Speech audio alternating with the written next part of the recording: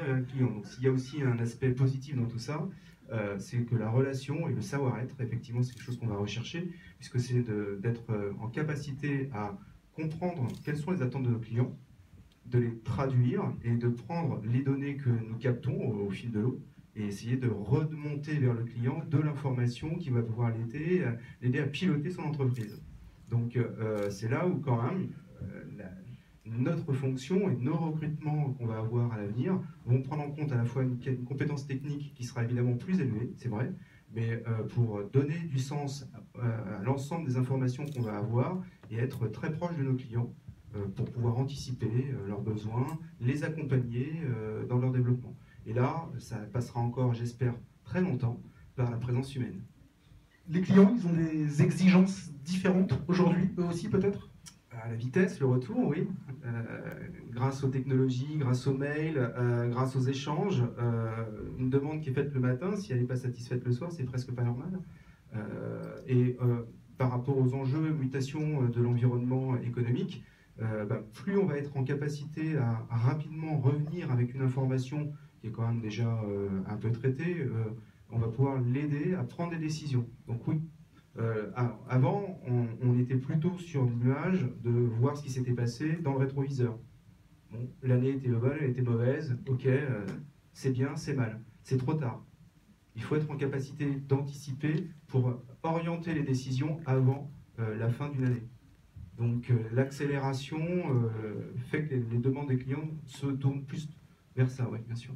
On essaie d'être séduisant chez Michel Creusot pour attirer éventuellement des jeunes diplômés à forte valeur ajoutée en quelque sorte. Oui, il y a évidemment une culture d'entreprise, des conditions qui permettent de capter plus facilement les jeunes talents. C'est notamment la conduite de projet, c'est aussi de les intégrer effectivement dans un projet au sein de l'entreprise pour aider la mutation. L'entreprise Michel Creusot va bientôt être centenaire. Donc c'est pas rien, une entreprise qui a une centaine d'années. Mais est-ce que c'est pour autant l'entreprise un peu lourde et qui manque peut-être un peu d'agilité dont on parlait tout à l'heure? Vous ne faites pas franchement partie de ce genre de profil? Eh bien, l'agilité, on l'a en permanence parce que sinon je pense qu'on aurait disparu depuis longtemps. Donc c'est qu'on a été capable d'encaisser les différentes mutations, les accompagner, et aujourd'hui on les accompagne. Et justement, en recrutant des personnes dans la conduite de projet, ça nous permet de continuer à être présent, de répondre aussi à ce qui est une réalité. Hein. Tout n'est pas numérique aujourd'hui, donc il faut être aussi capable de répondre à ce qui se passe de façon traditionnelle, et en même temps se projeter vers l'avant et aller vers les clients qui veulent du tout numérique et embarquer avec nous des personnes qu'on va amener sur ces projets et qui vont conduire le cabinet dans de nouveaux horizons. Donc oui, on arrive à séduire de nouveaux talents. Bon, tous les clients veulent du tout numérique, ou il y a encore des clients qui préfèrent le travail à l'ancienne en quelque sorte? Les deux, oui, bien sûr. Il y a des gens qui sont attachés au dépôt papier. Il faut être capable de répondre à ces demandes-là. On ne peut pas exclure, c'est absolument pas possible.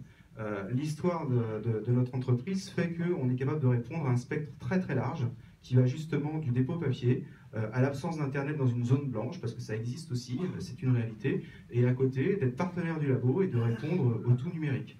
Donc on fait le 180 degrés, le grand écart. Gilles Parmentier, Telem Assurance,